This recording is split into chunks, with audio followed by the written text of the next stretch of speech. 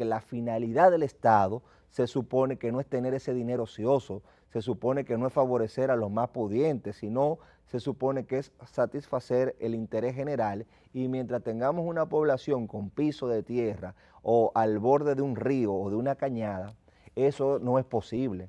Miren, ese proyecto de la nueva Barquita, que benefició a más de 1.400 familias, es un proyecto de justicia social, es un proyecto emblemático porque le transformó la vida a personas que vivían en una completa zozobra y creó una ciudad estructurada donde hay hospitales, donde hay zonas recreativas y donde hay un concepto de comunidad completamente diferente al hacinamiento y la incertidumbre que significaba usted estar al lado del río esperando que surja cualquier evento y tener que irse con sus pertenencias a bordo. Y eso que ustedes ven ahí, si bien se ve bonito, eso requiere recursos y requiere que se pueda recaudar mejor.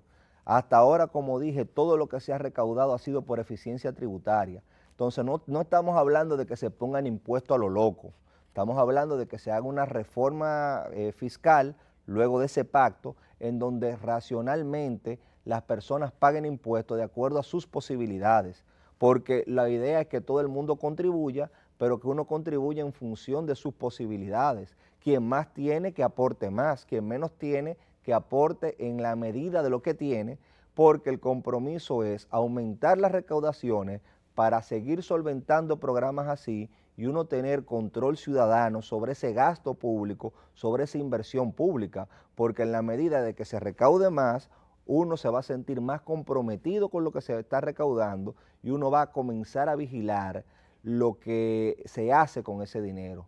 Y digo comenzar a vigilar porque yo veo mucha desidia todavía de parte de la población sobre el uso adecuado de los recursos públicos. Y en ese sentido hay que reconocer que un programa como República Digital ha puesto a las personas a que tengan todos los instrumentos para observar lo que pasa en el Estado Dominicano, desde la nómina hasta las compras. Y hay una serie de mecanismos que si usted como ciudadano no está de acuerdo con algo, usted va y lo denuncia. De hecho, hay hasta denuncias anónimas que tiene la Dirección General de Ética Gubernamental, que funciona como un sistema complementario de lo que tiene el Ministerio de Administración Pública y que permite que haya una mayor fiscalización de todos los que somos servidores públicos. Entonces el ciudadano tiene ya un empoderamiento que se ha producido desde el gobierno, pero falta todavía que en el cuerpo social existe ese espíritu de empoderamiento, y ese espíritu pasa cuando uno contribuye y uno siente que uno es socio del Estado porque uno está aportando a esa comunidad en sentido general. Por eso vuelvo y repito, me pareció acertadísima la respuesta que le dio de manera contundente el director de Impuestos Internos a ese señor que había hecho una denuncia tan peligrosa y con una connotación tan difícil, porque la connotación que tiene, que lo diga un miembro de la Junta Monetaria, es sumamente profunda. Otro tema que yo quería tocar con todos ustedes es un tema que a todos nos ha consternado. En las redes sociales, en el día de ayer, circuló un video de un joven de 17 años en una piscina empujando a otra joven y en una serie de retozos de mal gusto, tirándosele inclusive arriba, la joven resultó ahogada. Tenemos ese caso de esos menores y en la misma página la prensa nacional resalta en la parte de abajo el lamentable suceso de 5 jóvenes menores de edad, creo que había uno de 22 años, los otros 4 eran menores de edad, que murieron en un accidente. Ellos eran nativos de San Francisco y eso realmente tiene enlutado a toda la nación y particularmente a San Francisco de Macorís, primero porque son vidas jóvenes, promesas por delante que se pierden, y segundo es que es trágico ver 5 familias que ya no por un orden natural de las cosas, sino por una imprudencia, producto de la juventud, se pierde la vida.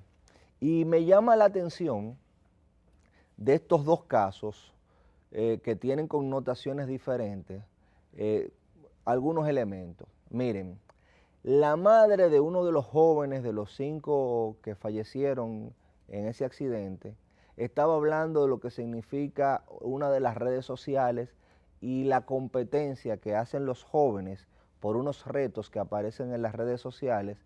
Ella señalaba el caso del Snapchat. Ella decía, los jóvenes a veces se sienten presionados a hacer una serie de cosas y de retos y compartirlo en las redes. Y ese fenómeno no ha sido extraño a República Dominicana, lamentablemente se ha viralizado, como se dice ahora, se ha expandido porque las redes sociales o las denominadas redes sociales, porque es tecnología en donde se hace una conexión de una situación que ya existe, porque las redes existen en la sociedad. La tecnología lo que ha permitido es la interconexión de eso que ya existía y ha creado todo un mundo nuevo, pero a partir de una realidad social. Lo peligroso es esa competencia que se ha generado, que a veces llega al absurdo de gente echarse fuego para tirarse una bañera, así como ustedes lo oyen. Había un reto de tirarse, ponerse fuego arriba y luego apagarse una bañera. Hubo gente que se murió de eso. Había un reto también de abrir la puerta del carro y con el carro en marcha, usted pararse a bailar al lado del carro, generado 2 o 3 accidentes. Y ese fenómeno de imitación que se da y que las redes potencializan o esa tecnología potencializa, tiene resultados nefastos cuando lo que se potencializa no es una acción positiva, sino una acción negativa. En este caso estamos hablando de que se robaron o tomaron sin consentimiento el carro de uno de los padres y andaban a una velocidad de 180 kilómetros por hora. Tiraron videos haciendo y hablando de eso. Estaban bajo los efectos del alcohol. Entonces menciono esto porque muchas veces nosotros creemos que todo lo que pasa tiene que ver obligatoriamente con el Estado, pero hay una serie de factores que se generan en la sociedad que no tienen necesariamente como causa principal las políticas estatales. El Estado puede mitigarlo, pero si el cuerpo social tiene un comportamiento X, ese comportamiento va a primar en la realidad. Y si por los medios de comunicación, si el modelo de promoción social es, por ejemplo, el de usted tener dinero, no importa el precio, usted va a ver que la gente va a buscar tener dinero, no importa el precio. Si el modelo que da promoción social y validación social es el de usted asumir riesgos, no importa qué, usted lo va a hacer. Entonces hay que estar vigilante contra ese tipo de pensamiento y contra ese tipo de modas que nos llegan por ahí, porque los resultados son así de trágicos. Es una tragedia que se pudo haber evitado.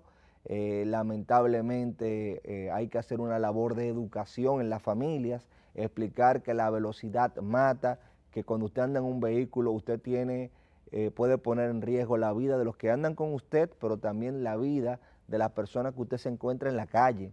Y lamentablemente hoy son 5 familias que se enlutan y con ellos el país entero, pero lo ideal sería que nosotros como ciudadanos asumamos el compromiso de por lo menos ir concientizando a la gente que está en nuestro entorno para que este tipo de sucesos cada vez sean menores.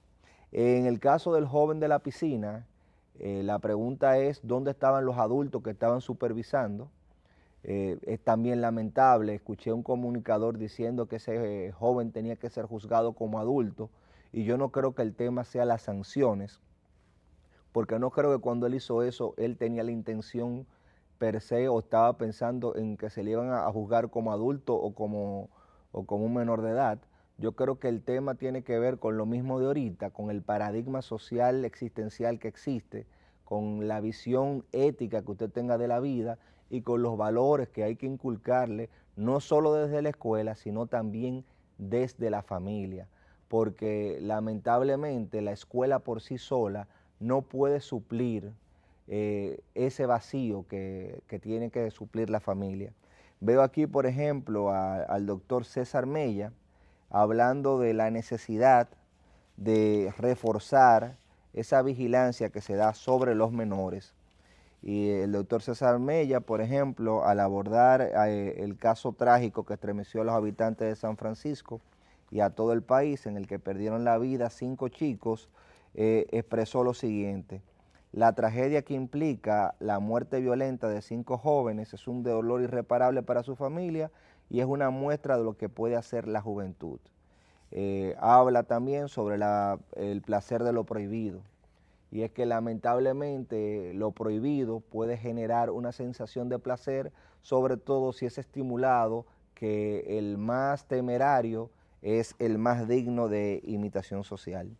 Señores, un tema que yo quería compartir también tiene que ver, en el mismo orden, con la muerte por accidentes de tránsito, que según se reportan, nosotros tenemos más de un 50.9 accidentes, un 50.9% más de accidentes este año. El Intran apenas está entrando en funcionamiento. El Intran ha venido a regular lo que es un sector que tenía demasiados frentes abiertos, donde todo el mundo estaba por su lado. Me refiero, por ejemplo, al caso que teníamos con los sindicalistas o los llamados padres de familia, que tenían un desorden por un lado. Me puedo referir también a los motoconchistas, a las empresas turísticas. Aquí no había ningún criterio sobre cómo se regulaba las empresas turísticas que se dedicaban al transporte turístico, y el Intran ha venido organizando área por área, inclusive está tratando de organizar lo que es la reparación de los vehículos. Aquí cualquiera se engancha y dice: yo soy maestro de mecánica, y comienza a ponerle mano a los vehículos que uno tiene. Y lamentablemente ese nivel de informalidad lo que nos produce a nosotros es caos. En el caso del transporte hace falta una educación vial, pero sobre todo seguir poniendo en orden, como lo ha venido haciendo el Intran, todos estos sectores que estaban cada cual por su lado. El Intran ha venido como órgano regulador a suplir esas carencias y ha generado, como dije,